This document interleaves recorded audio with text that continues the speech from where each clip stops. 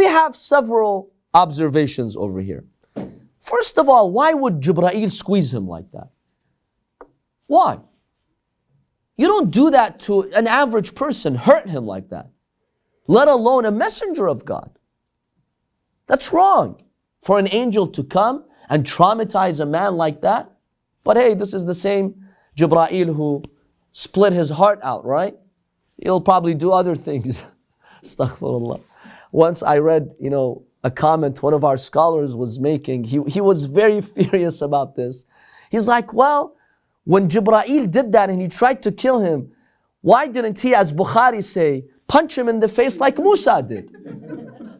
When the angel of death came to take the life of Musa, you know what Bukhari says?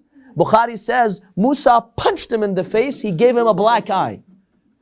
The angel of death went back to Allah and he says, oh God, Musa didn't let me take his soul. He punched me and you see I have a black eye. And then Allah told Musa, hey, why did you do that? This is Bukhari. Bukhari says this. So this scholar says, why didn't the Prophet, was Musa, was he more courageous than the Prophet? Couldn't Musa do the same thing? Astaghfirullah. So why would Jibreel do that to him? Why would you traumatize an angel like the Prophet, such a beautiful human being, the best of God's creation? Yes, brother. I just want to say it was probably getting payback for the angel of death. Payback for the angel of death. Good one. So that's the first, observation that we have here. It doesn't add up. There's no reason why Jibreel would do that. Secondly, when the Prophet kept telling him, I can't read, right? During the first time, did the Prophet believe in what Jibreel was telling him when he told him read? And the Prophet said, I can't. Was he believing in what Jibreel telling him or not?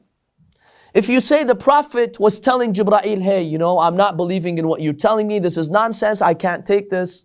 What kind of a prophet is that who rejects the message of an angel and accuses the angel of, fabricating? If he believed in the angel and in the message that Jibreel was delivering to him, then why would Jibreel do that a second time, a third time, and traumatize him? If the guy is believing in you, let him go. Just give him the message. So something doesn't add up. Number 3, what does it mean for the Prophet to say, I'm not a reciter? Did he give him a book to read from for him to say that? No. There was no book involved. It was just verbal verses that Jibreel communicated to the Prophet. So what does it mean for the Prophet to say, I'm not a reciter? I'm not a reader? Doesn't make sense. And on top of that, when Jibreel told him read, he didn't tell him what to read. Read what? The first time he says read, and the Prophet says, I'm not a reciter, so he suffocated him, right? Well, he didn't tell him what to read. What is he supposed to read? The third time he told him, اقرأ باسم ربك الذي خلق, then he started reading, اقرأ باسم ربك الذي خلق. So what was he supposed to read? It doesn't make sense. It's not like he was given a book and Jibreel is like, okay, read this book. No, there was no book involved. So the whole story just doesn't make sense. So in a way, like, if we read between the lines, in a way they are accepting that the Prophet already knew that he's a prophet. He knew that he's supposed to read something or maybe convey something to people. Because when they're saying just read, and they're expecting the Prophet to know what he's supposed to read. If we read between the lines, that means in a way they are accepting that the But their version of the story is very clear that he had no clue what was going on. We'll read some other versions. This is just Bukhari. Just wait till you see some other versions over here. Number 4, how can Allah subhanahu wa ta'ala send a prophet who doesn't know what's going on? And Waraqa, the genius, has to discover it.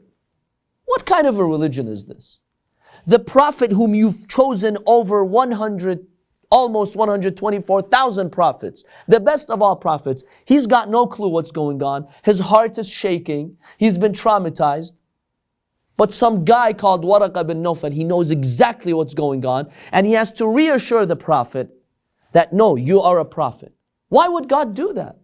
He's going to send someone who doesn't even know, that he doesn't even know what to expect, but Waraqa knows what's going on?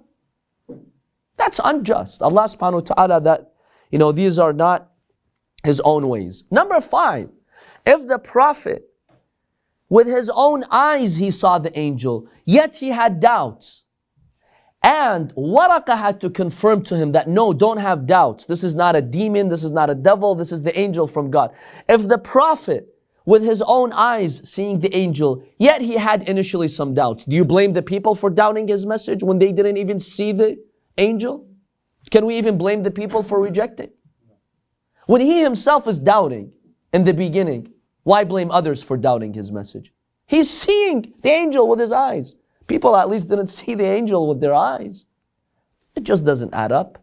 It absolutely does not make sense. Let's look at the version that Tabari tells us. The version that Tabari tells us, when the angel came to him, he was so traumatized. The Prophet said, I have gone mad.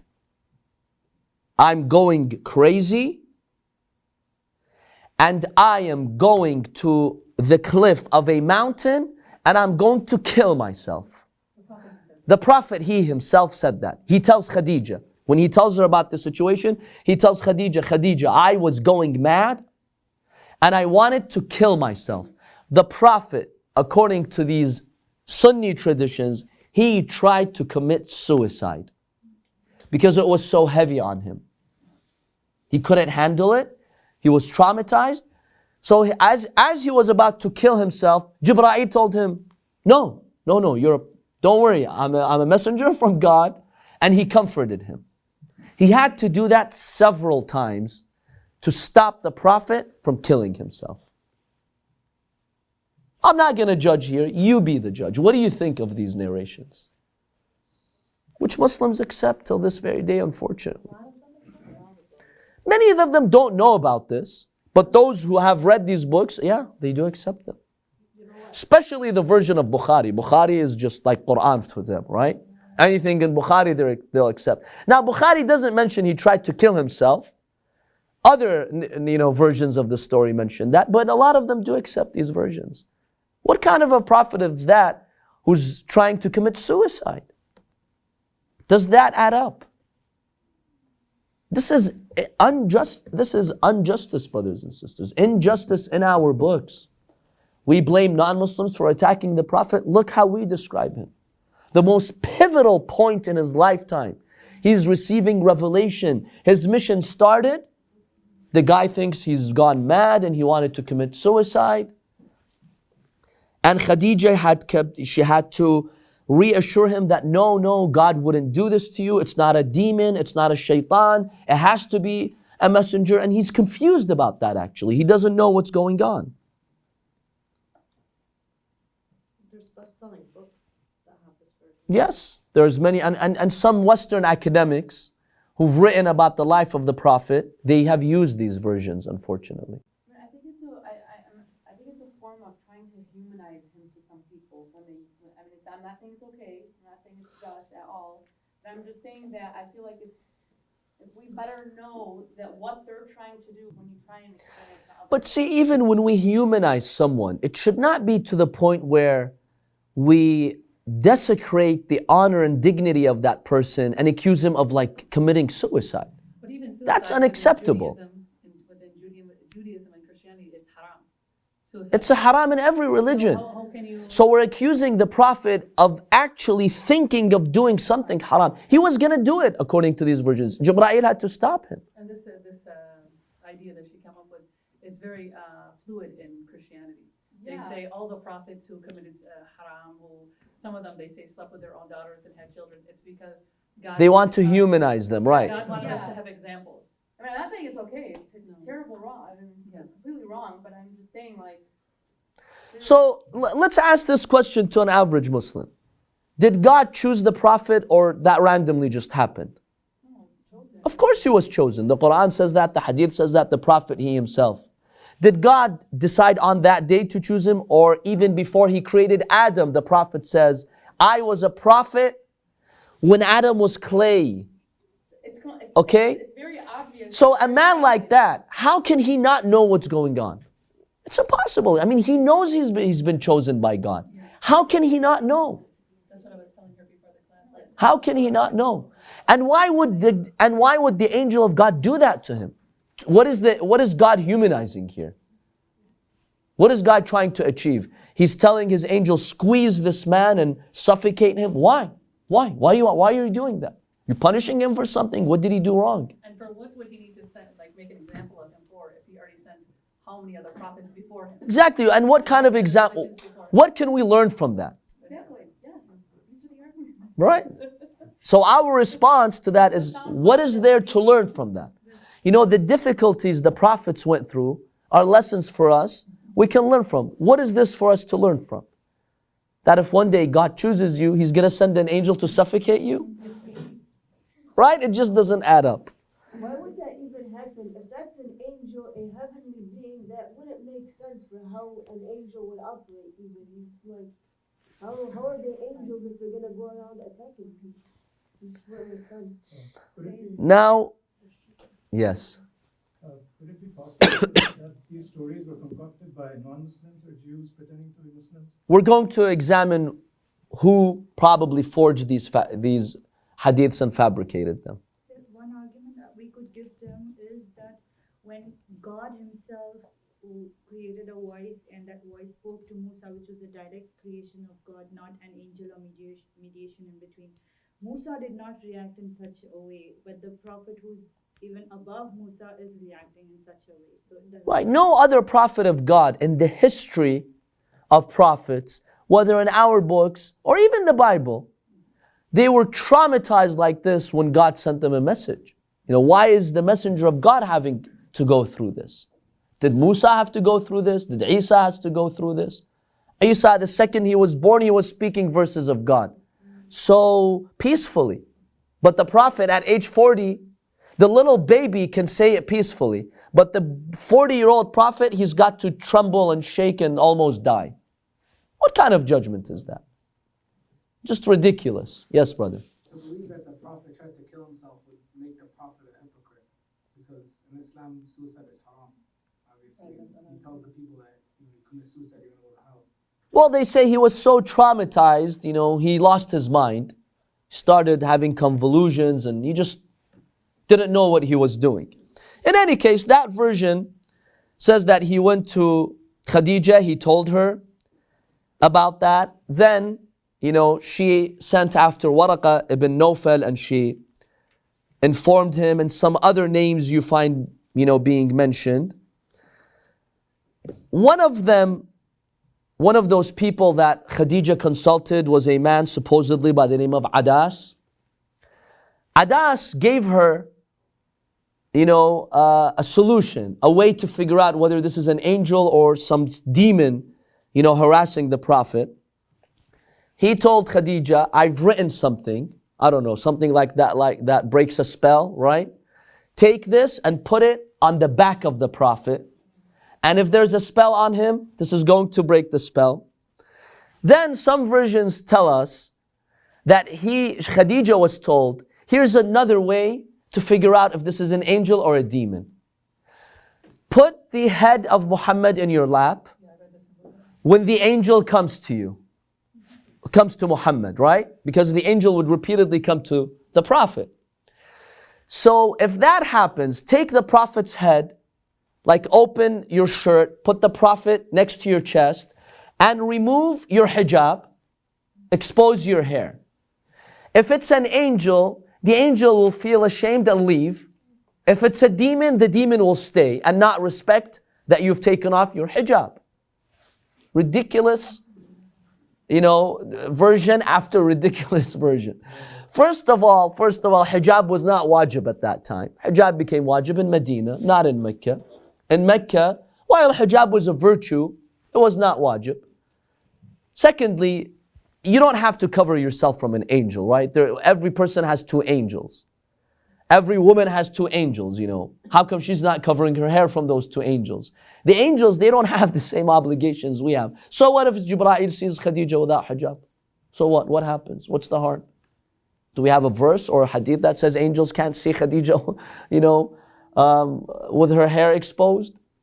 So we have some of these very outrageous versions. Do they classify these hadiths as Yes, some of them are Sahih Hadiths, absolutely. And they defend them. See their speakers, right? And their religious leaders, they talk about these hadiths and they defend them. Yes, this is exactly what happened to the Prophet. They defend them till this very day. Yes, brother. They could have just left it at the start. They didn't have to take it like They took it even a step further, unfortunately. Now, who are some of those people who have narrated these hadiths? One of them is Az-Zuhari. Az-Zuhari, he was known for his close relationship to Bani Umayyah, the Umayyads. He narrates this hadith from Urwa ibn Zubayr.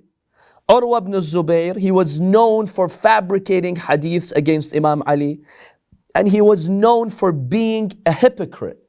We have clear indications from Sunni sources that he was a hypocrite.